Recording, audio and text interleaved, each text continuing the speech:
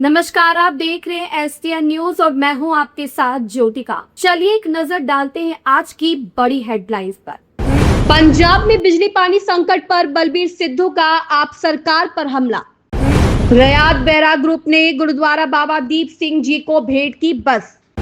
Trident group को मिला great place to work certification. Sapa के मुख्य सचेतक पद से विधायक कमाल अख्तर का इस्तीफा।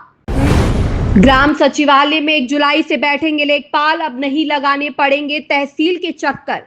राम मंदिर चढ़ावा चोरी को मायावती ने बताया बेहद गंभीर मामला। राजनीतिक दलों और एक निर्दलीय सांसद ने लिखा पत्र, SIR पर चीफ जस्टिस से क्या कहा। जो चढ़ावा चुरा सकते हैं वह वोट और सांसद क्यों नहीं। अखिलेश यादव के हमले पर सीएम योगी का पलटवार। रक्षा मंत्रालय के स्पष्टीकरण के बाद भी सियासत क्यों गर्म। मोदी कैबिनेट में फेरबदल के अटकलों के बीच क्या बढ़ेगा बीजेपी के चाणक्य अमित शाह का राजनीतिक वजन। चलिए अब आपको खबरें दिखाते हैं विस्तार से। बलबीर सिंह सिद्धू ने बिजली संकट और नहरों के अंतिम छोर तक पानी न पहुंचने के मुद्दे पर पंजाब सरकार को घेरा। कहा पंजाब सरकार किसानों और आम लोगों की समस्याओं का तुरंत समाधान करे। पंजाब के पूर्व स्वास्थ्य मंत्री और वरिष्ठ कांग्रेस नेता बलबीर सिंह सिद्धू ने राज्य में उत्पन्न गंभीर बिजली और सिंचाई संकट को लेकर आम आदमी पार्टी सरकार पर तीखा हमला बोलते हुए कहा कि सरकार के झूठे दावों और विफल प्रशासन ने पंजाब के किसानों और आम जनता को बेहद कठिन परिस्थितियों में धकेल दिया है। उन्होंने कहा कि धान की रुपाई के सबसे महत्वपूर्ण समय पानी पहुंच रहा है और न ही पर्याप्त बिजली उपलब्ध कराई जा रही है, जिसके कारण हजारों एकड़ फसल सूखने की कगार पर पहुंच गई है। सिद्धू ने कहा कि मुख्यमंत्री भगवंत मान बार बार यह दावा करते रहे हैं कि नहरों का पानी अंतिम छोर तक पहुंचा दिया गया है, लेकिन जमीनी हकीकत बिल्कुल अलग है। आज नहरों के अंतिम छोर और छोटी नहरें सूखी पड़ी है। किसान पानी की एक एक बूंद के लिए तरस रहे हैं और धान की रुपाई बुरी तरह प्रभावित हो रही है। किसान सरकारी अधिकारियों के दफ्तरों के चक्कर काटने को मजबूर हैं, लेकिन उनकी कोई सुनवाई नहीं हो रही। सरकार के सभी दावे केवल विज्ञापनों और कागजों तक सीमित रह गए हैं।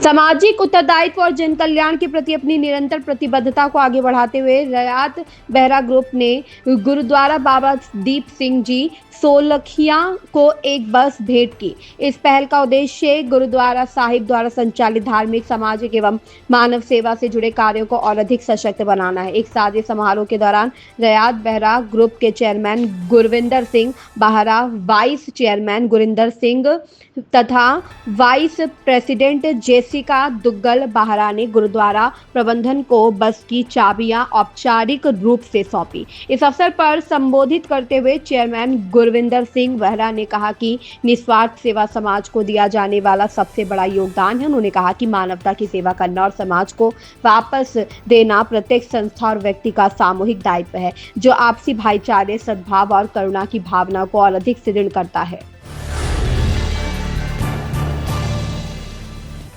विश्व के सबसे बड़े होम टेक्सटाइल निर्माताओं में से एक तथा टेरी टॉवेल और विल्ट स्ट्रॉ आधारित पेपर निर्माण में वैश्विक अग्रणी ट्राइडेंट ग्रुप को पहली बार great place to work certification प्राप्त हुआ है। यह मान्यता पूरी तरह कर्मचारियों की गोपनीय प्रतिक्रिया पर आधारित है। सर्वेक्षण में ट्राइडेंट के 95% कर्मचारियों ने कहा कि ट्राइडेंट एक बेहतरीन कार्यस्थल है जो राष्ट्रीय औसत से काफी अधिक है। ग्रेट प्लेस टू वर्क कार्यस्थल संस्कृति, कर्मचारी अनुभव तथा नेतृत्व व्यवहार का वैश्विक स्तर पर सबसे प्रतिष्ठित संस्थान है, जो उत्कृष्ट कार्य संस्कृति, कर्मचारी संतुष्टि, नवाचार और संगठनात्मक विकास के मानकों का मूल्यांकन करता है। इस उपलब्धि पर ट्राइडेंट ग्रुप इंडिया की group chief human resources officer Pooja Luthra ने कहा, ऐसे समय में जब तकनीकी बदलाव और कार्यस्थल से जुड़ी अनिश्चितताएं जैसी तेजी से बढ़ रही है,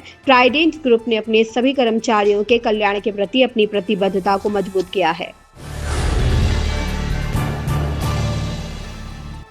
मुरादाबाद के विधायक कमाल अख्तर ने विधानसभा में समाजवादी पार्टी के दल के मुख्य सचेतक पद से इस्तीफा दे दिया है। यह फैसला मुरादाबाद की सांसद रुचि वीरा के साथ विवाद सामने आने के बाद आया है। हालांकि इस्तीफे के कारणों पर पार्टी की ओर से भी अभी कोई आधिकारिक बयान जारी नहीं किया गया है। विवाद को सुलझाने के लिए हाल ही में पार्टी अध्यक्ष अखिलेश यादव ने लखनऊ में दोनों पक्षों के साथ बैठक भी की थी। माना जा रहा था कि मामला शांत हो गया है, लेकिन अब कमाल अख्तर के इस्तीफे ने अटकलों को फिर हवा दे दी है। कमाल अख्तर ने सोशल मीडिया पर लिखा, माननीय राष्ट्रीय अध्यक्ष अखिलेश यादव जी का जो आदेश मिला है उसका हमेशा पालन किया है तथा जो भी आदेश मिलेगा उसका सदैव पालन करता रहूंगा।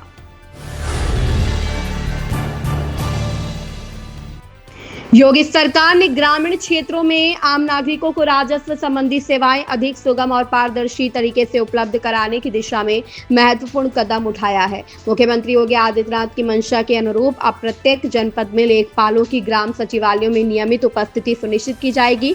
इसको लेकर राजस्व परिषद की ओर से भी सभी जिलाधिकारियों को पत्र जारी किया गया है। पत्र में रोस्टर तैयार कर 1 जुलाई से नई व्यवस्था लागू करने के निर्देश दिए गए हैं। राजस्व परिषद की आयुक्त एवं सचिव कंचन वर्मा ने बताया कि मुख्यमंत्री योगी आदित्यनाथ द्वारा लगातार प्रदेश में सुशासन, पारदर्शिता और जनसेवाओं को गांव तक स्तर तक पहुंचाने पर विशेष जोर दिया जा रहा है। इसी क्रम में प्रत्येक जनपद में लेखपालों की ग्राम सचिवालयों में नियमित उपस्थिति सुनिश्चित करने का निर्णय लिया गया है। उन्होंने बताया कि ग्राम पंचायतों में पहले से स्थापित ग्राम सचिवालयों का उद्देश्य विभिन्न विभागों की सेवाओं को ग्रामीणों तक एक ही स्थान पर उपलब्ध कराना है। बसपा सुप्रीमो मायावती ने अयोध्या में राम मंदिर के चढ़ावे में कथित हेराफेरी को बेहद गंभीर और चिंताजनक बताया। साथ ही इसका राजनीतिकरण न करने की सलाह दी। उन्होंने मंगलवार को सोशल मीडिया प्लेटफॉर्म एक्स पर बयान जारी किया। इसमें कहा कि अयोध्या में श्री राम मंदिर में चढ़ावे की चोरी, हेराफेरी और गलत इस्तेमाल के बारे में रोजाना आ रही मीडिया रिपोर्ट्स बेहद गंभीर और चिंताजनक है। ऐसे लोगों को किसी भी हाल में बख्शा नहीं जाना चाहिए, लेकिन इस मुद्दे का राजनीतिकरण करना भी सही नहीं है।